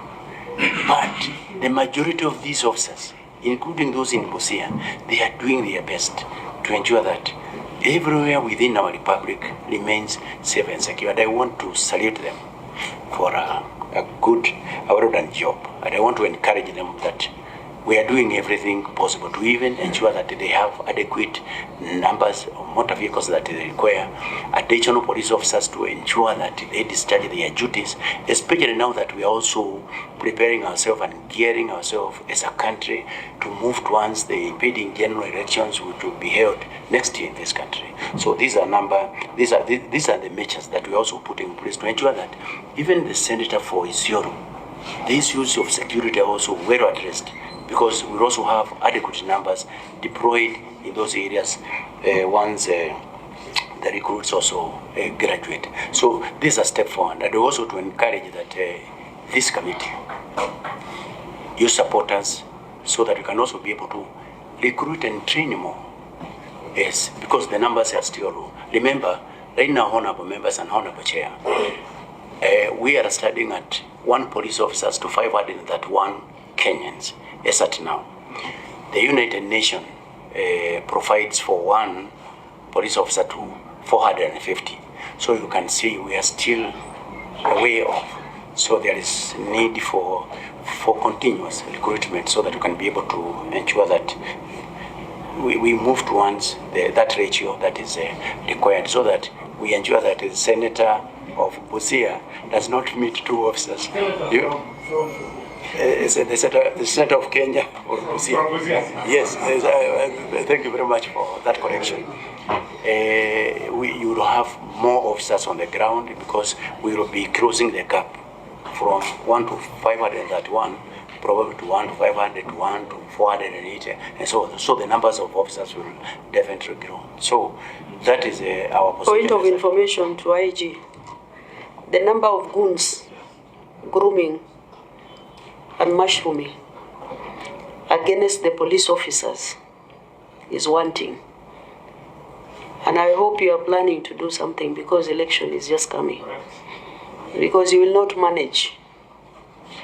Number 2, the issue of transport, especially far-flung areas.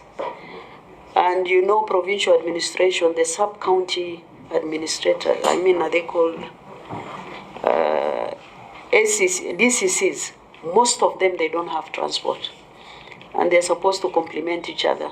So you need to discuss even that with the CS. Thank you. Oh, thank you very much, Honorable Chair and Honorable Members. It is true, we indicated there before that we have a problem with transport, and it is not only for the policing service. It's also even for the GAO teams, because all of us work together. Remember, the GAO chairs the security meetings, so we always complement each other.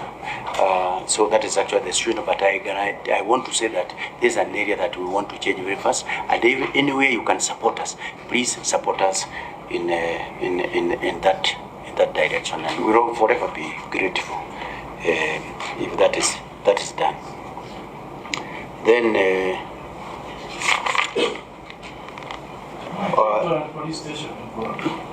Oh yes, the police station. This one, honorable chair and honorable members, this question was asked by Senator Omugeni, and I want to say that I need just to go back to the office and I find out the status, what is where we are, what has happened, and I know our director of planning is with us here.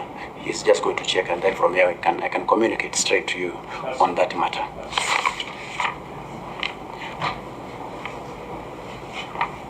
So the market in Meride, that is on Marsabit, this is an issue that was raised by Honorable Senator Shute. Thank you very much for that issue, that we need to provide adequate number of police officers, especially during the markets or market days. This is what I have assured, that our principal duty is to protect and ensure that the rights and freedoms of all our people are protected, including those going to the market and those going to do other businesses. They are guaranteed. So it is true this and that we are going to address. Every other time there are markets, we can always be able to move to deploy adequate numbers, and that way we can ensure that the markets also thrive. And then I also wanted to hasten that this issues of roadblocks, once we get adequate transport in our stations, actually, it's just going to die naturally, because now the officers will be able to move out from the station, patrol, go back to the stations. They can be able, and remember, we also moving on and ensuring that we deploy technology now. So this kind of technology is also going to assist us.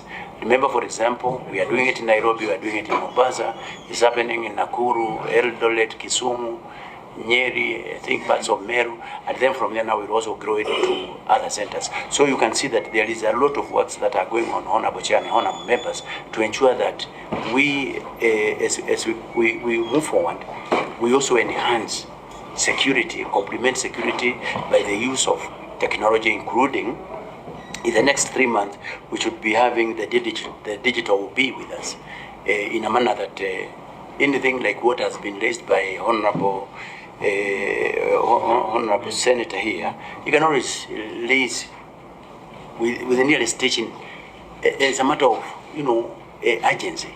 And even the Inspector General, the DCI, the DIGs, they can actually be able to see that there's a serious matter that have been raised. So we are also leveraging a lot on matters technology to assist us on policing, to enhance our policing ability in the Republic, Honorable Chair and Honorable members.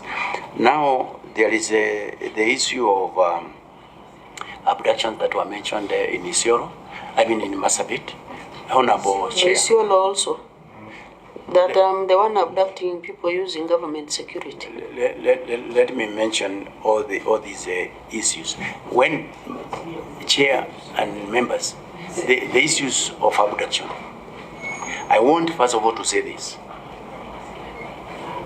that the police, the National Police Service does not abduct, but we do investigate all missing persons that are reported in all our stations throughout our country. People go missing for different reasons or for various reasons. They can go missing, either mental problem or other issues. But every report made to the police regarding a missing person, it is the duty and responsibility of the DCI to immediately open an inquiry file on the same, and that file to remain on until that issue is concluded. So, Honorable Chair and members, police does not carry out abduction, no. But police do investigate all matters reported to it, including missing persons. So, Honorable Chair, that is an area that I want to assure the Honorable Senator from Marsabit that those issues, because I know they have been raised in our stations in those areas, their investigations are ongoing, and from time to time we get updated of what is happening throughout our territorial matters, security, and even in those especially serious investigations that happen from time to time. You have also noted that there are those that are indicated as missing, but then after some time they also resurface and tell us different stories. We have seen others being indicated as missing, but then we end up finding them, somewhere just enjoying themselves. And so there is a lot in that area of missing persons, and that's the reason why every reported case of missing person must be investigated to the logical conclusion so that you can be able to understand it fully. And then the officers in Sororo, I'm sorry that they went somewhere, somebody threatened them. Whoever threatened them should have been arrested immediately, because the police have got the powers to arrest. And then that we can be able to understand why is it that he is threatening. However, let me say this. From where I sit, formed up units, the GSU, the RDUs, the border patrol units, and others, SOGs, these forces don't operate, being confined within their boundaries. No. they move around to ensure that they can be able to follow on a certain crime. Say, for example, stolen animals. We follow them from where they have been stolen to wherever they have been taken. And these are areas, the things that have been happening. But now, you have raised a very, very pertinent issue, where the construction money is coming from somewhere else, and then the building are being done somewhere else. This issue was raised in another meeting that I happened to attend, and I was together with the CS. The CS indicated that he had met the people from that area, and it was agreed that the construction should be halted. On my part, together with my team here, we are going to visit that area so that we also see it for ourselves, and then also get to understand. Because I have heard from you, I have heard from other corners. So we ourselves, we also want to go there so that we can be able to understand and even get it from officers, even from Sororo, to get to understand why is it that someone chased them away. And you also need to understand that honestly. But what I want to assure you, Mheshimiwa, is that rest assured that we, from where I sit, that area, Marsabit, must remain safe and secure. Issues can be discussed at different levels, but we ensure that our areas remains safe and secure because, as you said, we don't have any other country. We only have this one. So in whatever we do, we must remember that our country is Kenya only. We don't have another Kenya B somewhere that we can go. So I believe that whatever is happening there are issues that can be discussed at other levels, but when it comes to matter security, we are going to do whatever is possible within ourselves, and if we feel that we need to escalate to the CS or to higher levels, then we can still be able to do that. Thank you very much, Honorable Chair and Honorable Members. Thank you. Thank you. Just one last one. One last one. Or the one for the pipes. We've really run out of time. We need to adjourn. Just one last one on my matter. Chair, I have not had any comment on the guy who disappeared to Kismayu and came back and said I abducted him. That matter I would request anti-terror and intelligence to investigate because it's a very serious matter. Chair, otherwise, on the question of pipes that was asked by Honorable Senator from of Kenya from Busia, Honorable Senator, I want to assure you, as I have said, we have had it and we are going to look at it. We are going to get to understand what is it that is happening. The DCI have had, and he is going to institute investigations into that.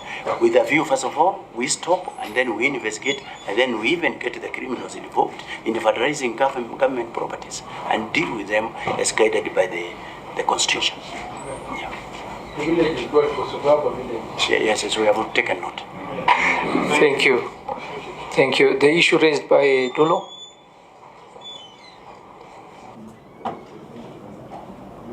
So